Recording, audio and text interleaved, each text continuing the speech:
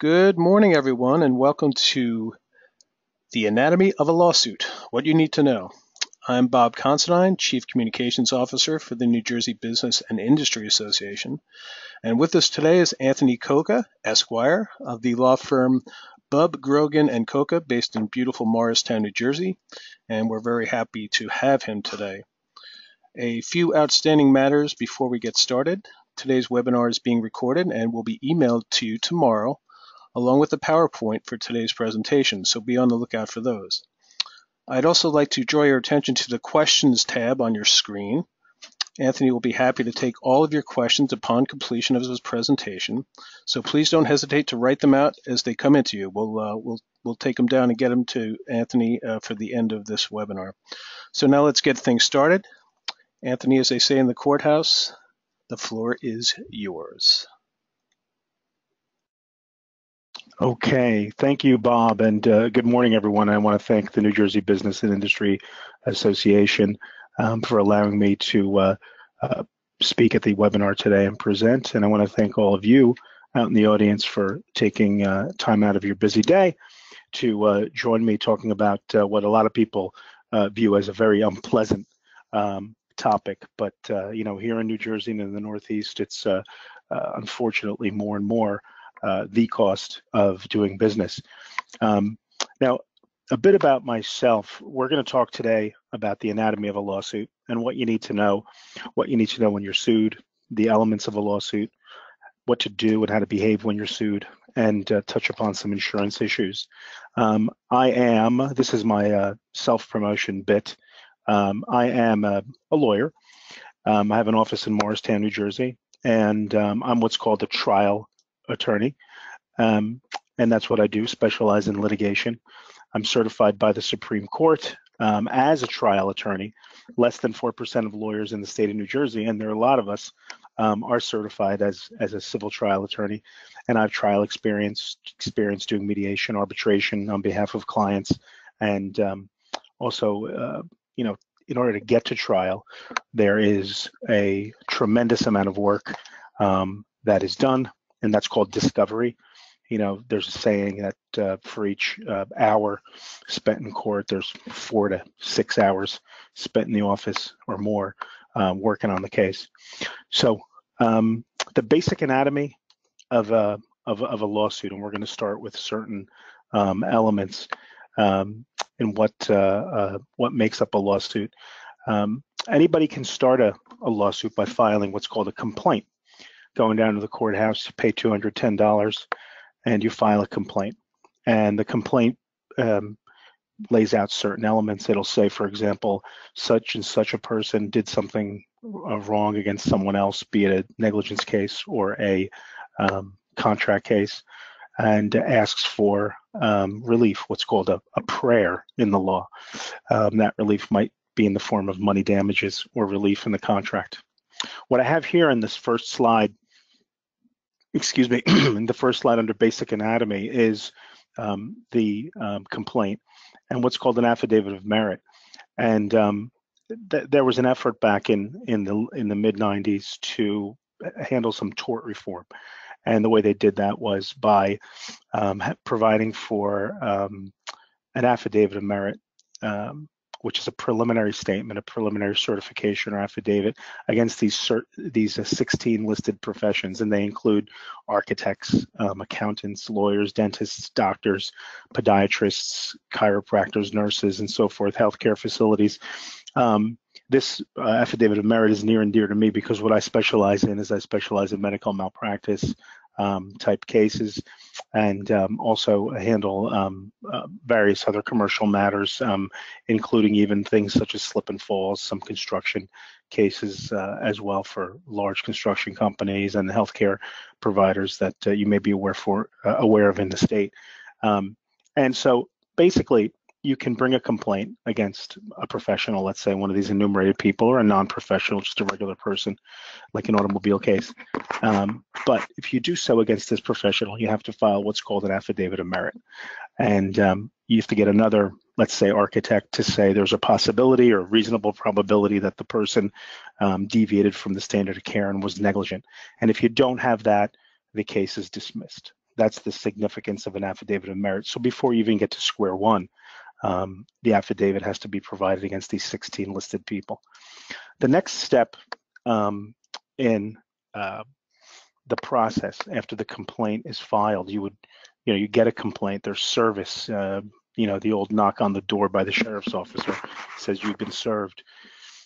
Find a lawyer immediately. Get somebody, take a look at it, because you have 35 days to do what's called file an answer to the complaint, and that is a technical form that responds to the allegations in the complaint. You file that at the courthouse and let everybody know, and then you're on your way. You're on your way in the process of a lawsuit, which includes, as I've listed here, discovery. And discovery is simply perhaps a fancy way to say learning about the lawsuit. We learn what the person is complaining of in the complaint, and we learn what your defenses to the complaint might be. For example, somebody might say you caused an accident, you hit me, and a defense to that might be, well, you caused an emergency, you swerved, or you behaved in such a way that you sort of forced me to strike you with my car. That might be an example. And during the course of discovery, lawyers will exchange interrogatories, which is a fancy way of saying questions and answers. The lawyers will ask questions of the litigant, of the plaintiff, of the defendant.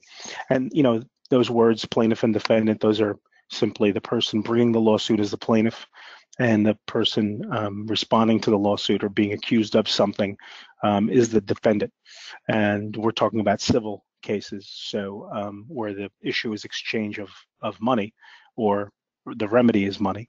So that's what we're dealing with today, plaintiff and defendant. I'm sure many of you heard prosecution and defendant. That's in a criminal case. We're not talking about that today. We're talking about civil cases.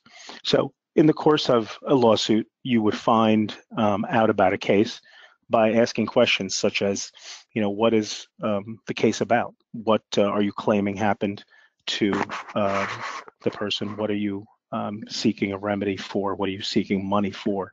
Those questions and answers are important, and they're not to be taken lightly, because the court rules in New Jersey are such that those answers are binding on you. So once you've answered that question and certified that that's true, that can actually be presented in court as evidence.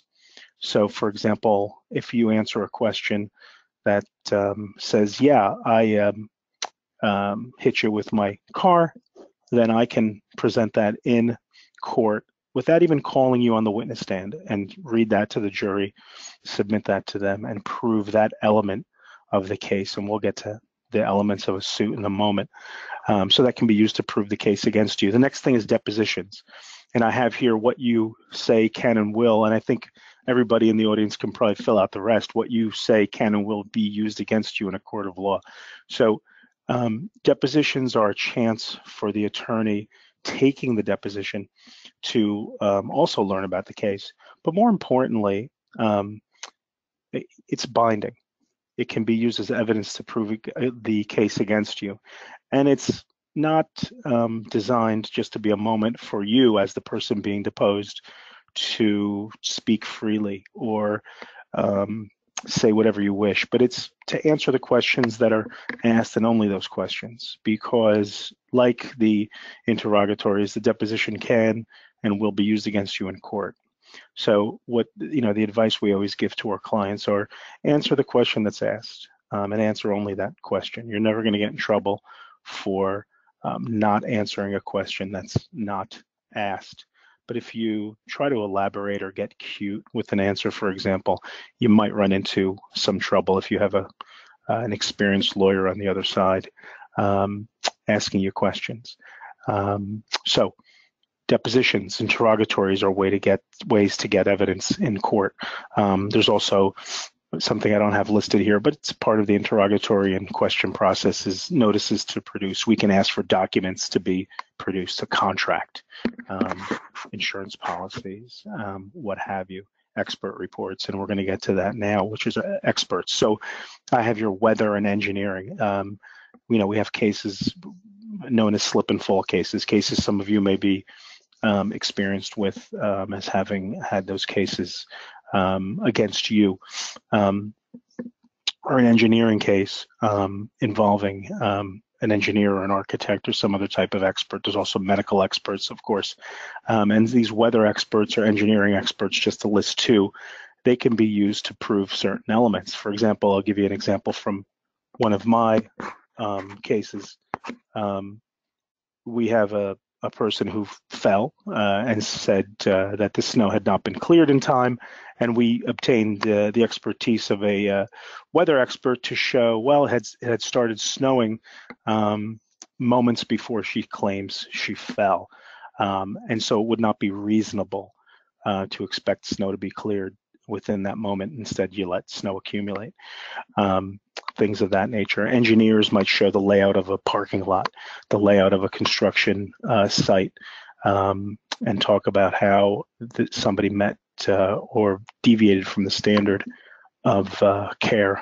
Another aspect of a lawsuit may involve settlement. Sometimes insurance companies, business owners make a business decision to cut the losses and say, listen, nobody's going to win here. Let's see if we can't resolve this case. Some people are concerned with reputation. They don't want their business to suffer a negative impression in, let's say, a newspaper ad, not newspaper ad, but newspaper article or some type of news story. So they settle it for those reasons. And of course, sometimes it's simply the right thing to do under the circumstances based on your evaluation or your attorney's evaluation of the merits of the case. And of course, then we have the last step. If nobody can agree on anything in the case, then we go to trial. And trials are quite a rigorous process, very time intensive for not only the attorneys, of course, but for you as a business owner as well. They do require your participation or your employees' participation, and they're going to take away from what you do every day, which is taking care of people, providing customer service and so forth. And it's going to require your attention in one form or another. Now, we said that, or I said that complaints are the way to start a lawsuit, and anybody can file a complaint. But to be successful, to have a successful lawsuit, there are four elements that are generally regarded as being necessary in a negligence case or in a tort case, and this may vary depending on the type of case. For example, in a tort case, this is true. All four of these are required. In a contracts case, there are different elements. In a harassment case, depending on the type of harassment, different elements. In a law against discrimination case, again, different elements. But sticking with torts, for example, the four elements of a lawsuit include duty breach, causation, and damages. And all four elements have to come together. Otherwise, the case will get dismissed against the plaintiff. And what we mean by that is, for example, I'll give you a quick example. You could be driving around somewhere, exceeding the speed limit, driving around without your proper credentials, no driver's license, something like that, and nothing happens. So you're exceeding the speed limit, you don't have a driver's license, and nobody gets hurt. Well, you violated your duty. You've breached your duty as a driver by exceeding the speed limit and driving negligently and not having the proper credentials, but you didn't cause any damage. So that would not be a good lawsuit. That lawsuit would get dismissed if somebody tried to bring it. But on the other hand, if you have that same driver who's speeding, who's not properly credentialed and so forth, and heaven forbid that driver causes harm to somebody, then those four elements would be met. So in other words, you would show the jury that somebody operated their car in a negligent fashion by speeding or tailgating or striking something they shouldn't strike, and that the breach of that duty caused medical harm or caused some type of physical injury. And in exchange for that, you are seeking money damages, and all those elements are necessary. And sometimes in order to prove the duty and the breach and the causation and the damages, you might need, for example, the help of a doctor. You might need the help of an engineer, because a jury might not be able to appreciate certain medical concepts or certain engineering or architectural concepts. So I had a case once involving a construction claim where there was a concrete structure built, and there was allegations of personal injury and property damage arising out of that. And it was quite an architectural feat. Didn't involve any beam type work, involved instead just cables and concrete, and it was pulled together using tons and tons of pressure, and it was the failure of one of those components that caused harm. And most people don't deal with large cables running through a concrete structure that hold it up. And so they would be unfamiliar with that. So we need experts to explain those things. Most people can't perhaps appreciate. In a lot of car accident cases, you might have issues involving or any type of negligence case, injury to a herniated disc or injury to a spinal component. And that's not something we deal with every day as people. So we need experts to talk about that. Now, what's interesting here is the law, and this next slide actually is a quote verbatim from what's called the jury charge, the model jury charges. They actually define your duty. And at the end of a case, if your case goes all the way to the jury, the judge sits and reads the law to the jury. And one of the things he or she may read in a negligence case is if your case involves ordinary care, for example, and concepts of ordinary negligence, they may read this portion to the jury, or they will if it's a negligence case. For example, a slip and fall case, meaning somebody was walking down the sidewalk or in your store and slipped on water or whatever have you, and they're alleging that you were negligent as a result. They have to prove that, for example, number one here, that negligence is the failure to exercise the degree of care for the safety of others. It's a reasonable person standard, and the court instructs the jury that they are to analyze the conduct of the defendant given this definition. And they provide the definition of negligence, of what is done under similar circumstances, of what's reasonable, of the fact that once you find out what's reasonable, negligence is the failure to use the degree of care, precaution, vigilance that a reasonable person, and speaks of the reasonably prudent person, would do under the circumstances. And then it tells you what a reasonably prudent person is. And it tells you it's not the most cautious person, nor someone who's unusually bold, but a reasonable person. So it's not a daredevil, nor is it someone who's really neurotic, but negligence. And you're relying on jurors to apply concepts of negligence and causation and duty and damages to the elements of your case. Now, in a business setting, I took here duty and duty owed. In a business setting, commonly you'll have, for example, there's other examples that I go on into in a little while, but let's take a business owner, again, not to pick on slip and fall lawsuits, but in a slip and fall context where someone's injured in a store. They categorize people by what they're doing in the place, what relationship they bear to the defendant. So, for example, you might have a trespasser, someone who's not supposed to be there, breaks into your store at night. Well, interesting that you still have a duty to that person. You can't set traps for them to be injured. things of that nature. I have here listed adult or child. Your duty depends on whether it's a kid or not. You may have, we're all familiar with pools and how everyone's required to have a fence around a pool where, well, a pool might be what's called an attractive nuisance. And that is if you have a small child, he may say, oh, look, that's a great body of water. Let me go there. And then next thing you know, there's a problem. Even a trespasser is owed a duty of care. Next category, and again, these categories will all be explained to a jury at the end of a lawsuit, the lawyers will speak to each other, and the judge will also decide which category or categories the people fit into, and instruct the jury accordingly. A licensee, the next category, may be somebody who comes to your place of business.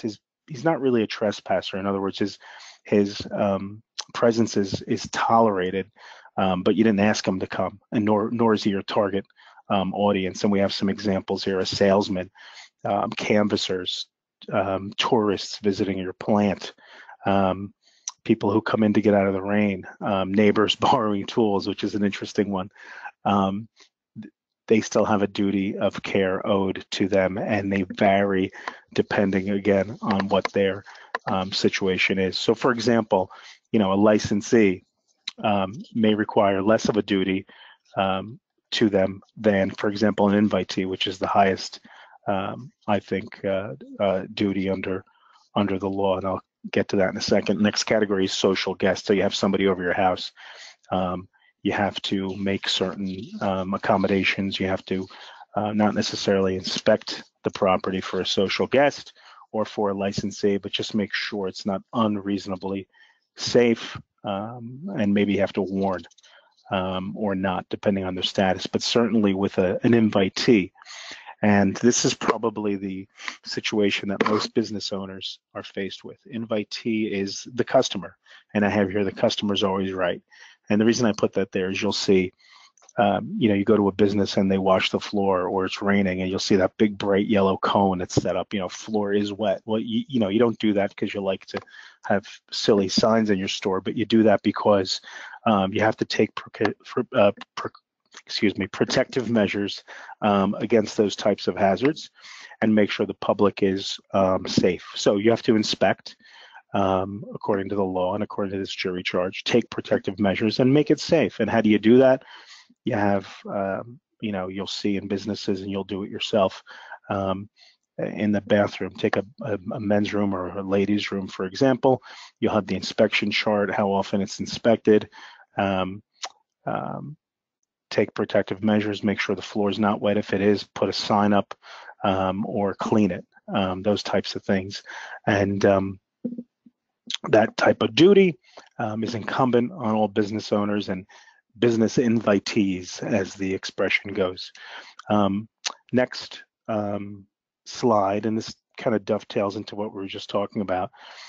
Protect yourself from lawsuits. And the example there again is, for example, with the restroom situation, well, have a schedule there, whether it's in plain view or whether you keep it. Have someone routinely canvass the floor, canvass the restrooms, develop a safety plan, document it, do safety training, document that, train your employees.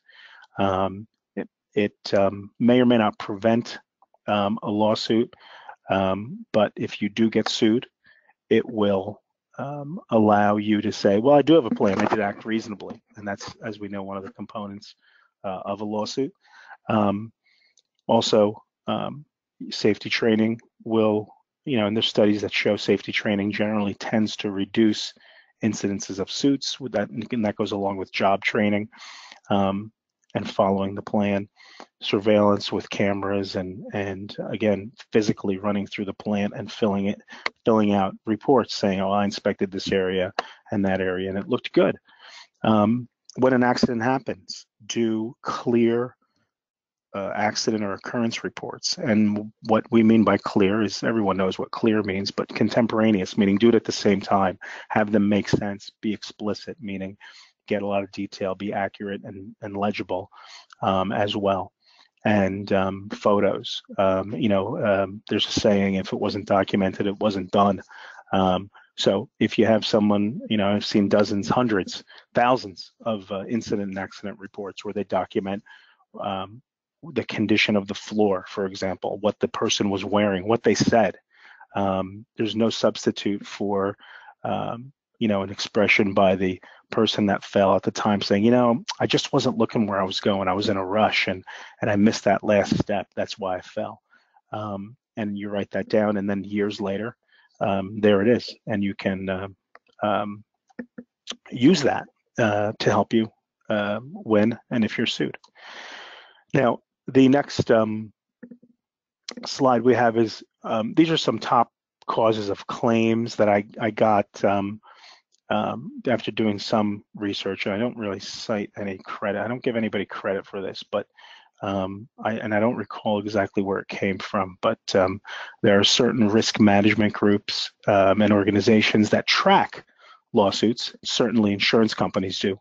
And these are some top causes of claims, and they include employment harassment claims, discrimination claims, getting fired for the wrong reason, and harassment or discrimination suits not based on employment, wage law violations, torts, which we just talked about at some length, which is the area that we discussed, meaning someone did something wrong against someone else and caused harm, or breach of a contract. And I did leave one off of this, and I was discussing this with Bob earlier, which is it's not really a top cause of a claim, but it's one that you should keep your eye on, and it's up and coming, and that is cyber liability and data breaches. As business owners, we all keep sensitive personal information. Even I, as a lawyer, keep personal information. I have clients' name, date of birth, social security number, sensitive medical information. There are laws, HIPAA, which is the HIPAA law, which governs how to conduct yourself in dealing with protected health information. And as employers, we all have or potentially have that type of information. So that should probably be added to the list. But nevertheless, let's move through these.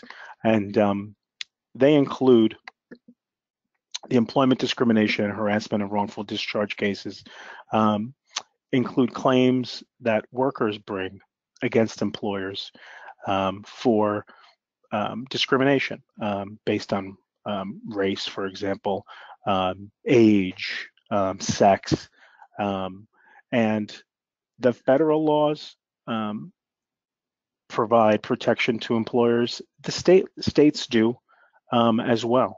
For example, in New Jersey, we have the law against discrimination, which tracks pretty much the federal law, and also the Whistleblower Act, or commonly known as CEPA, CEPA, which is an acronym for the Conscientious Employer Protection Act, and they protect whistleblowers. An example of that is you have a plant and an employee calls OSHA and says, well, they're not operating it correctly. They're running their plant too quickly, or they're not using proper protections for the workers. And don't you know it, somebody finds out about that, and that employee gets fired, and he or she would be protected. So running through some of these that are listed here, Title VII of the Civil Rights Act, the federal government protects employees from being discriminated against based on sex, race, religion, color, national origin.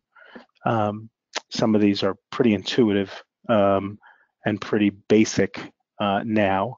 And we're going to talk about how human resources people and small businesses may be unwittingly or unknowingly violating some of these, and why it might be important not only to have a human resources or employee plan, but to have some type of human resources training or personnel in your business to prevent this kind of thing. Certainly, we're probably all familiar with pregnancy discrimination acts and things of that nature. You can't just discriminate against somebody because, or a woman, I should say, because they're pregnant or of a related condition. And, in the forefront here in a developing area of the law would be men. too, simply because a man can choose to take time off for a pregnancy. He shouldn't be discriminated against either. Equal Pay Act is another one. Age discrimination, certainly. And in New Jersey, it starts. There's really no floor in New Jersey, but as a practical matter, they're using the age 40 to start at as age discrimination. But you could have age discrimination at any age, and it can work both ways. You're not hired because you're too young, fired because you're too old, something like that. The ADA, which is the American with Disabilities Act, again, I think we're all familiar with, making accommodations for workers. And as I indicated, the states have their own acts protecting workers and employees as well.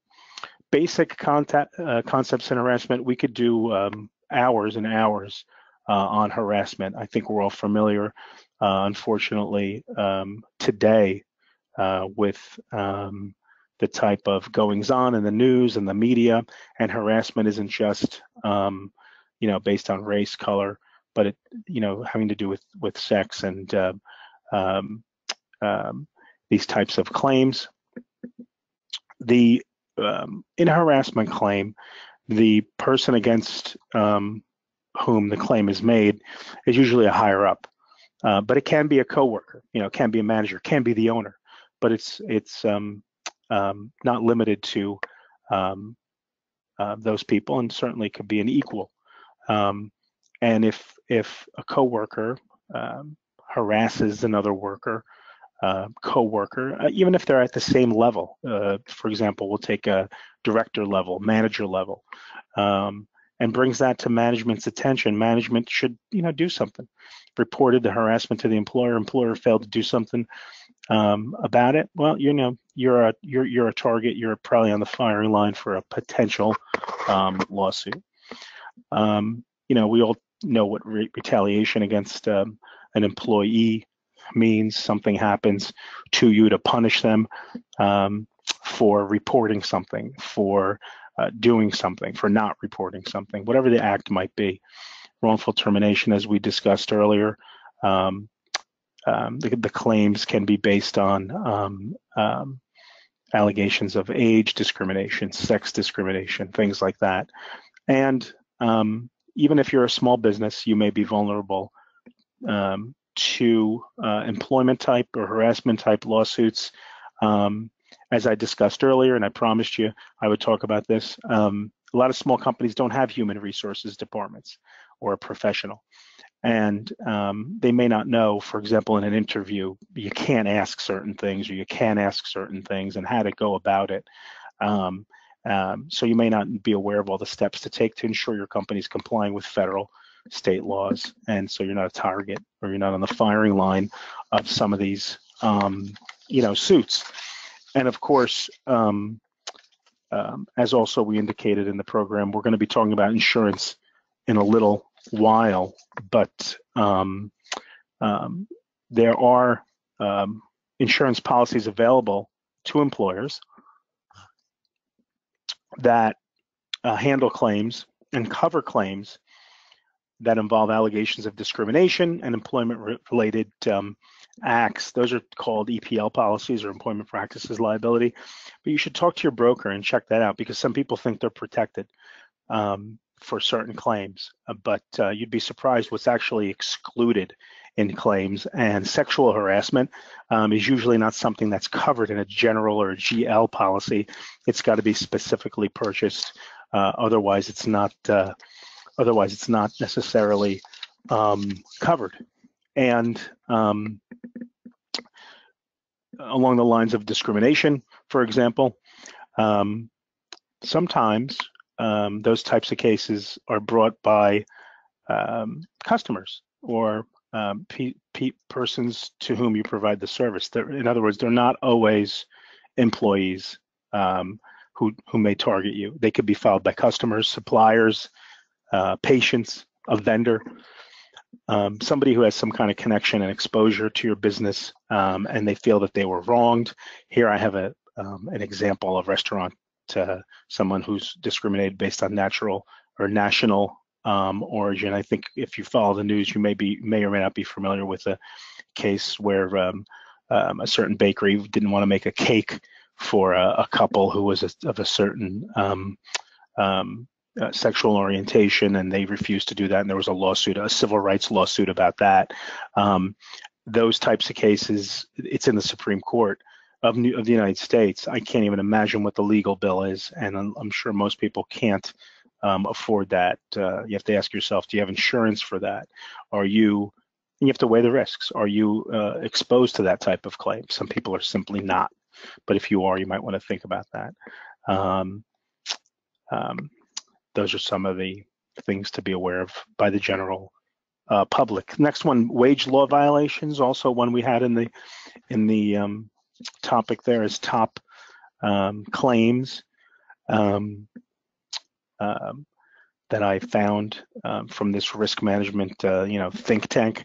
And those wage law violations are suits simply based on the category. You're not paying your employees overtime. You're misclassifying employees as an independent contractor when they're really employees. So you're trying to avoid paying taxes or overtime. And those suits can be brought not only by the government, they can be brought by employees. And you have to look if those types of claims are covered by your D&O or directors and officers type policies. They may or may not be. You got to look at that. So those are type of claims you may be exposed to. Keep track of your payroll. Keep track of your employees. How do you characterize them? Are they 1099s? Are they really 1099s? Or are you trying to get around something perhaps? If you are, you might be a target. Torts. Now, we discussed this at some length. It's incidentally, the word tort, I'm a real word nerd, I should say, not nord. Tort is a French word. It simply means wrong. You were wrong against someone else. And these are some of the common ones you'll find. And certainly the tort is a common cause of suit. If you run a business, a service business, and you have people coming through your showroom or through your grocery store, you are a potential target for this type of suit. And there are, in the category of torts, there are unintentional ones like negligence. You didn't mean to have a wet floor, it just happened because it rained. Or intentional torts, that might mean assault. Someone gets beat up, and not necessarily beat up either. It doesn't have to rise to that level. Even an unwelcomed touching is or can be considered a battery or an assault under the law. You run a store and you take somebody in custody or prevent them from leaving. Is that a false arrest? Is that a type of assault or a battery? Those are types of things you can potentially be exposed to as a claim against your business. Breach of contract is another type of claim. If you're in business, you know what a contract is. There's no way you got to even own a business without some type of you entering into a contract with another, or someone else entering into contract with you. And so, contract involves two people, and a person in the eyes of the law can be a business. So even if it's a large corporation, that is a person in the eyes of a law, and that person doesn't perform, it doesn't do what they said they were going to do in the contract. That's what's called a breach of a contract. And as a result of the breach or the not doing what you promised to do, the other company or person is harmed. Here I have a simple example. An electrical contractor signs a contract to do work. They agree to install lighting that they're constructing.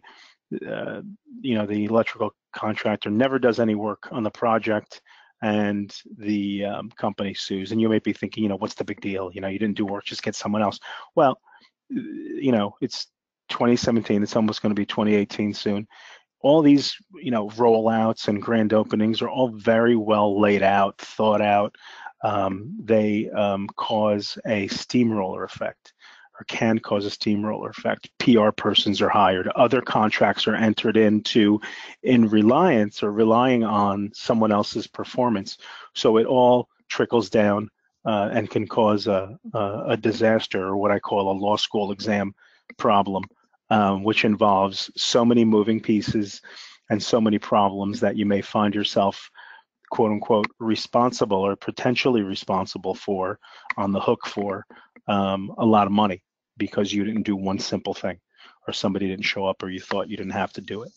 And a lot of these claims aren't covered by liability policies, meaning GL policies, meaning, or what I call a garage policy, which is somebody comes into your business and slips and falls. Sure, that type of thing is generally covered by a general liability policy, or somebody's driving your car in your business, you have an auto policy, sure, that's covered. But contract claims may or may not be covered. Again, you have to look at your information and your insurance policy, talk to your broker about that type of thing. Here I have an example of a surety bond. A bond, I suppose in the loosest translation, is a type of insurance or assurance. It's certainly something to go against if somebody doesn't perform. At least you have a fallback, or a fallback position. One of the things you might look at as a business is the person licensed, is the person bonded, is the person insured? So if you run into this type of problem, you have some protections. Before we get to this next slide, what I didn't add, I talked to you about earlier, I discussed earlier, which was cyber liability. And, be on the lookout for that, please. It's going to be, I think it's a burgeoning or a up and coming field of potential liability. I was discussing with Bob, and I was trying to remember who recently had a data breach, and I think we decided it was a large company that provides services to people by giving them rides. I think we all know that company, and I don't recall exactly what happened, but they may have had a data breach almost a year ago. They didn't disclose it, and we also know of other data breaches from other companies. They have sensitive information. That sensitive information goes out to the public, and they can be harmed, people stealing their identity and so forth. And there's insurance coverage for that. You should also know that even under the HIPAA law, there's causes of action built in for the simple disclosure of the information. So you don't need duty breach causation damages analysis. Sometimes you don't even need damages. It's just because of the breach, you have what's called strict liability, or you're on the hook. Now, this slide here, I talk about, and this falls into the realm of, what to do, how to protect yourself from lawsuits. And even the smallest of companies should probably think about having policies, how to conduct themselves in their business with their employees. Have a policy manual, follow them, be reasonable in them. If you do have them, and let me tell you, whether you do or you don't, you'll be held to some sort of standard. So even if you run, let's say, a supermarket, and you don't have a policy on how often to inspect the grape aisle, the produce aisle, even if you don't have one and you think, well, I'm not going to have one, so they can't use it against me, you'll be held to an industry standard, which is, well, how often do we inspect this self-service area? We know customers are going to come rolling through. We know kids are going to come rolling through. We know people are going to drop produce, and we know banana peels are slippery and grape peels are slippery. How often should we take a look at this area? Should we have signs up? Should we use a non-skid surface? So even if you don't have those policies written down, you're going to be held to an industry standard. I think it's always probably better to have documentation. Practice guidelines from your industry can provide evidence of what the standard is, and also statutes, meaning laws, or administrative code, can also provide evidence of what the standard of care or how you should behave in a given setting. In a lawsuit, know your facts. Know if you do get sued and you're involved in a suit, know your business, know the policies, the layout I have there, which is your, let's say, your floor plan, what happened. If somebody else gets deposed, read that. The plaintiff gets deposed and they're suing you, know the facts of that. It'll help you manage not only the suit, but the stress level. If you're deposed, ask, questions of your attorney, that is pre-deposition. Understand what the facts are in the case. Understand what the case is about. Understand what your business is and what the claim is. When you're deposed, you're going to be asked a number of questions about your business, about the person who's against whom the suit's being brought, against employees who were there or witnessed it. You're going to have an attorney at your side. He's going to get you ready. Listen to his attorney. Listen to his objections, that is, and what he says. Stick to what the facts are. I have here the PIRO principles, stay smart things. I had a professor in law school, Professor Pyrogoski, and he was a brilliant guy, taught con law. His advice to us for final exams was this saying: "Say smart things," and it couldn't be a truer principle. And you'll notice, I want you to notice in this slide, the word facts shows up in every single element. Know your case. It'll help you reduce your stress. It'll help you be successful in your suit. However you define success, it'll help that, whether the goal is settlement or to go to trial and fight it. Statutes of limitations. This is an area of the law that's actually codified. There's a there's a statute on this topic, and it tells you can bring a personal injury suit no later than 2 years. Meaning, so if somebody hits you in a car, or somebody slips and falls at your business, they have 2 years from the date of the accident to bring that lawsuit. There are certain exceptions to that, certainly, discovery rule. For example, in the medical malpractice context, somebody leaves an instrument, and we have this happen all the time, unfortunately. Somebody leaves an instrument in your body, or what they call a laparotomy pad. It's not discovered for several years. Well, they wouldn't know that because they don't have x-ray vision. But when they do go for an x-ray and that's found and they have to take it out, the time starts ticking from when they find it. That's a special exception, doesn't count here under normal circumstances. When I say doesn't count here, it doesn't count under the normal tort, slip and fall, auto, harassment suit type of suit. For contract claims, statute of limitations are 6 years from the date of the contract. And lastly, insurance considerations. Again, this could be a whole topic that could span hours and hours. But talk to your broker, make your broker your friend, not your liability, because the contingency or the possibility for suits in New Jersey, in the Northeast, is real. It, again, is, unfortunately or fortunately, depending how you look at it, the cost of doing business. There are several types of policies you can get. I talk about here occurrence or claims made, and those are just the broad types of policies. And the title is sort of self-explanatory, meaning the occurrence policies are for lawsuits that happen during the policy year, regardless of when the claim is reported to the carrier. And the best example for this is automobile insurance. You buy an automobile insurance policy in 2015, and the guy or the person or the gal has 2 years to sue you. So in 2017, you're insured by somebody else. Well, that somebody else doesn't cover you for that claim in 2015. Whoever you had in 2015 covers you for that. That's an example of occurrence. Claims made policies, two things have to happen. They occurred during the policy period, and they're reported when the policy period remained in force. There's an inception date. There may be a go back date or a provision, what's called a retroactive date. In that case, you have to get a tail. A lot of times you'll be dealing with occurrence policies in business rather than claims made, but you could deal with either or. Nevertheless, if your occurrence policy lapses, if your claims made policy lapses, just be aware of the tail issue, because you have to get that coverage. Otherwise, you're not going to be covered for that. So types of insurance: negligence, harassment, discrimination. An up and coming one is cyber liability, which is something to look out for in the future. Fortunately or unfortunately, with technology, we all rely on social media, on internet sales. We collect sensitive information, credit card information, and you may be a target for hackers. And your cyber liability may increase the more you're out in the virtual world.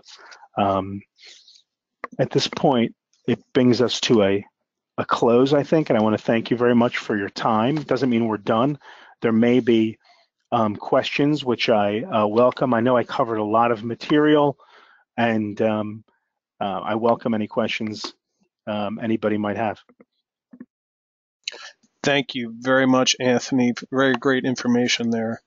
It looks like we actually do have a couple of questions in the queue here already, but I wanted to give everyone else a moment, as you said, to take their time to type in anything they have. We have a few more minutes here today. While I'm doing that, I'd like to take a second to remind our webinar participants today about the Handouts tab. We sometimes get questions from people about how to download the slides. So what you need to do is just open up that tab marked Handouts in your GoToWebinar panel, and the file is right there. Or you could just wait until tomorrow, and the materials will be emailed to you along with a video recording of today's webinar.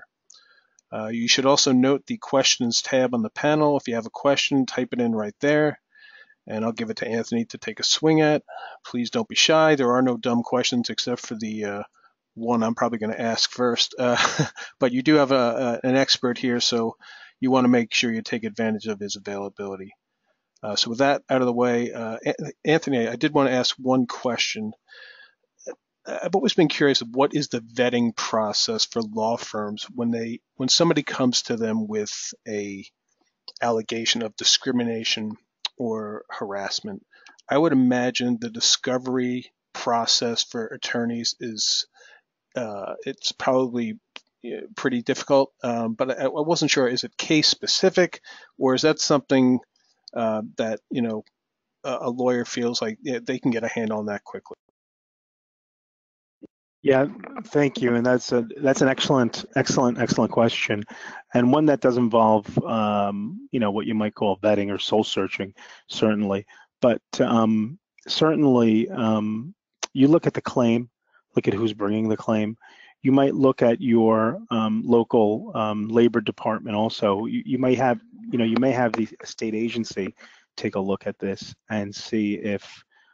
Certainly, I'm familiar with the process where you could have a state agency take a look at the claim and see if there's what they might call a prima facie or a preliminary claim, or at least evidence that there was some type of discrimination, whether that's age-based discrimination or some ADA or Americans with Disability Act type discrimination as a precursor. And some lawyers will do that. Some lawyers will drop a dime on a state agency and ask a state agency to look at the business and the conduct of the business and see whether it's reasonable. And once that, and depending on whether that threshold determination has been made, they may decide to proceed or not proceed with the suit. So that involves, some vetting. Other vetting, some lawyers simply look at potential damages or the nature of the business. They may know that XYZ business doesn't want the bad press, and they're going to settle anything. So the vetting may be as simple as that. Very interesting, Anthony. Thank you so much. We're going to go to our first question from our participants today. Stuart is asking, as a small business, what are areas of greater concern, of greater exposure for risk? That's a great question. Yeah, that is a great question. As a small business, I think that it's the answer to that question is driven by what type of business it is. So if you're let's say a grocery store, you're going to want to have a strong general liability policy because you're going to have a lot of traffic in your store. You're going to have people perhaps falling. The potential there is great. And it doesn't just start once they get in the door, it's in the parking lot. It's on the way to the store. Is there an adjacent parking lot? All these considerations.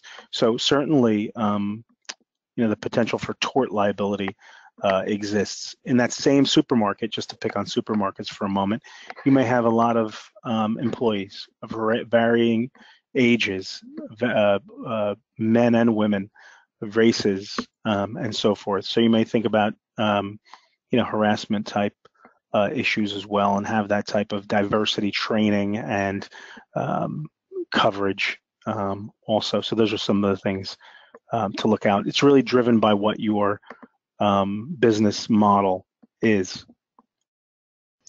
Great. Kind of a similar question, but I'll throw it to you anyway. Chloe asks, what can I do as a small business to protect myself from lawsuits? I know you kind of got into that in one of your slides. Yeah, excellent. This is an excellent question as well. I think me being I'm a lawyer, and I'm a New Jerseyan, so that means I'm doubly a cynic. So I personally believe that there's really no way to quote unquote prevent a lawsuit. It's simply too simple and too easy and too attractive to some people to get what again, the cynic might refer to as easy money. Nevertheless, some of the things you can do is, and some of the things I hear from people who bring lawsuits, because I have the opportunity to take the deposition. I'll speak to the injured person or the business owner, and almost universally, they will say that person was a jerk, or they weren't mean, or they were mean, or they weren't nice to me, or I can't believe how they handled what happened. So regardless of the injury, I think it all starts with, and again, I don't want to sound preachy or get off topic because this does have to do with the law, but I think it comes back down to customer service. This is probably another topic for another day, but a lot of times just being nice, just being polite can go a long way, doing the right thing. I've had inquiries from business owners who say, is it okay if I apologize? Is it okay if I say I'm sorry or offer to pay a bill and so forth and so on? It certainly depends on the circumstances. Maybe it is a good idea, maybe it's not a good idea. I know that there's rules of evidence that say settlement offers and offers to resolve things aren't admissible in court. So if you're thinking, if I apologize, it's going to be admissible in court, there's certain ways to do it. There's certain ways to handle these things. So if you have, the right approach and you're friendly with people and nice to people, that goes a long way. Once you're involved in the suit, having the policies, having your employees well trained, also will go a long way to avoid suits and create a culture of safety where suits are avoided, a culture of sensitivity to diversity, different orientations, male-female relations, I'll call them. So if you have that type of training, you can avoid those issues. Very good, Anthony. One message to our listeners out there. We are coming up on an hour. We have a few more questions which you'd like to answer. So if you have to go, just a reminder that this webinar will be emailed to you tomorrow.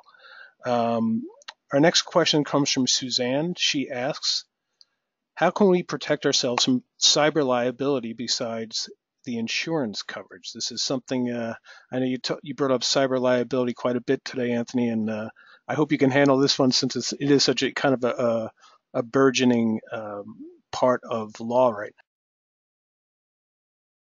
Yeah, I'd be glad to, and it's an excellent question, and it's one where we're still exploring, exactly how to handle it. I mean, I think we all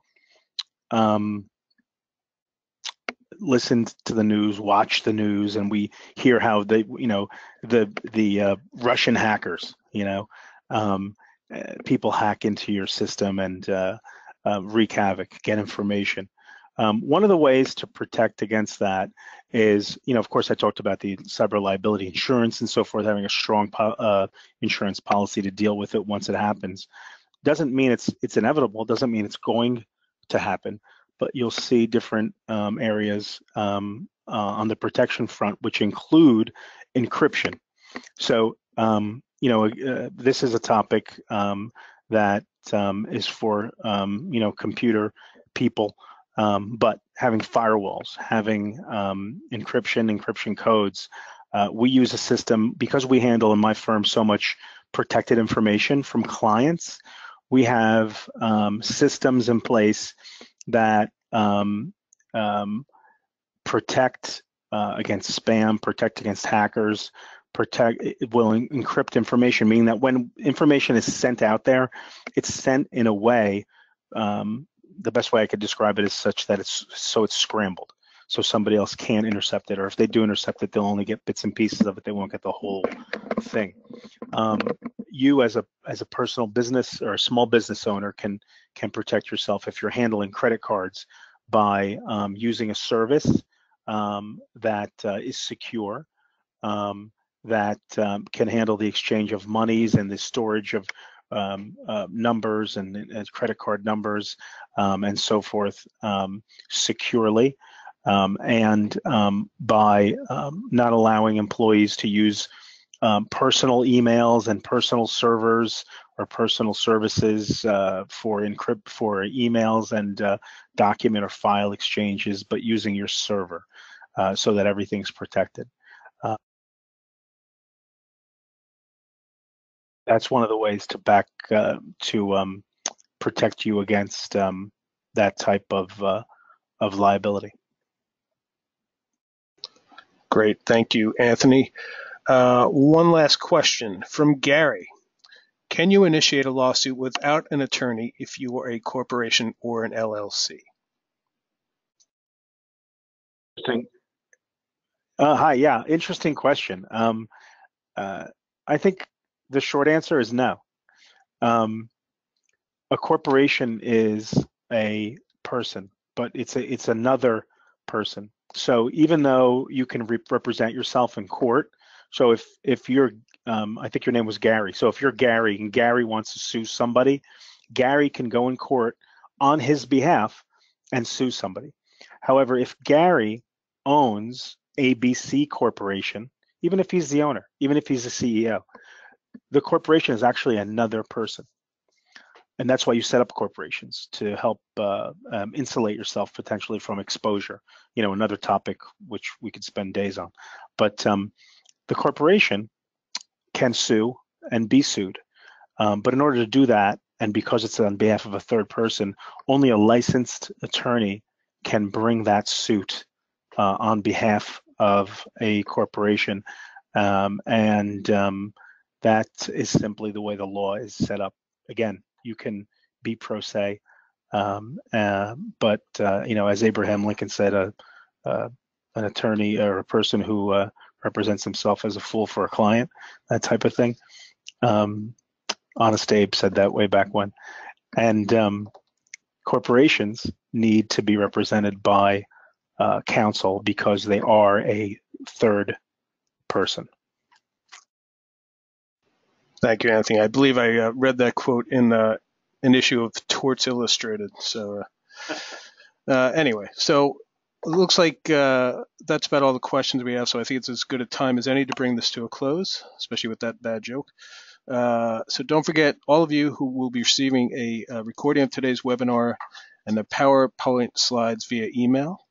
Lastly, when you close out of the webinar, a survey will come up on your screen that we hope you will fill out, and we can understand how best to provide you important information in a webinar format. NJBIA's next webinar, entitled Practical Considerations About Succession Planning, will take place on Thursday, January 18th. So by all means, feel free to register for that one right on our homepage, and we'll see you there. So this is our last webinar for the season. So we want to wish everybody a great holiday. And for Anthony Coca, this is Bob Considine, wishing you a great day.